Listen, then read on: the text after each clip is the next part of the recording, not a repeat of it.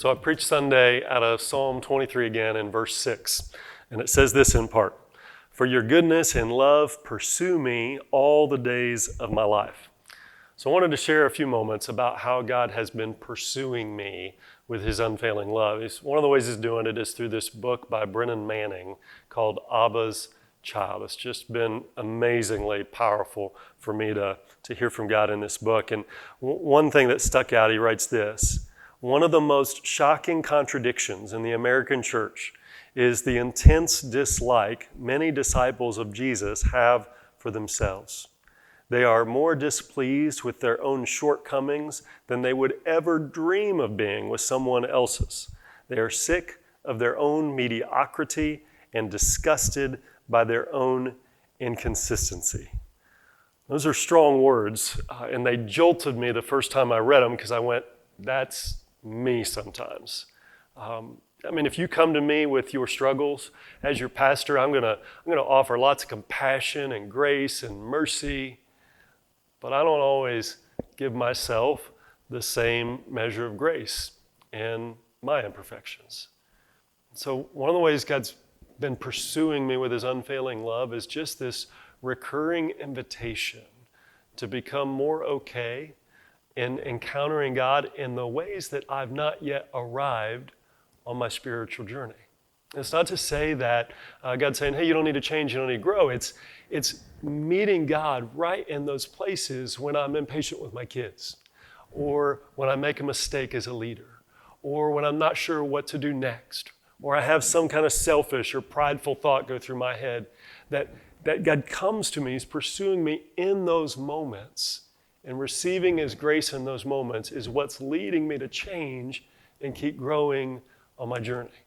One thing recently has been wrestling with racial injustice and reading about white privilege and trying to figure out how do I need to respond in the midst of all that, and God, what are you doing in me? And I felt this pressure to figure it all out, to get to where I'm supposed to be, to make some bold kind of statement.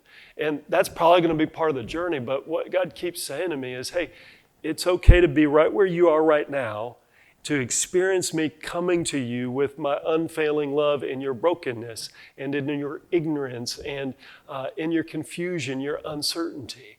And that the only way you're going to get to where I want you to be is for you to experience my love in the reality of where you are right now.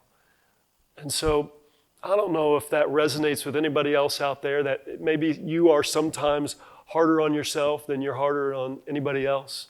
If maybe sometimes you're frustrated with your inconsistencies, or frustrated that you're not further along on this journey than you thought you would be at this point. If any of that resonates with you as an imperfect person on this journey, I just offer 2 words of good news to you today. Number 1, you are not alone. I'm with you on the journey. I've not arrived. I have those same kinds of thoughts. You're not alone.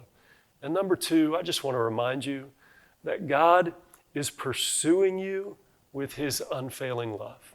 Right now, right where you are, in your brokenness, in your imperfections, and all of those areas where you still need to grow and you haven't arrived, God is pursuing you right there. Let me offer these last words from Thomas Merton that Manning quotes in his book. And these really have been speaking to me, to God's invitation right now. Surrender your poverty and acknowledge your nothingness to the Lord.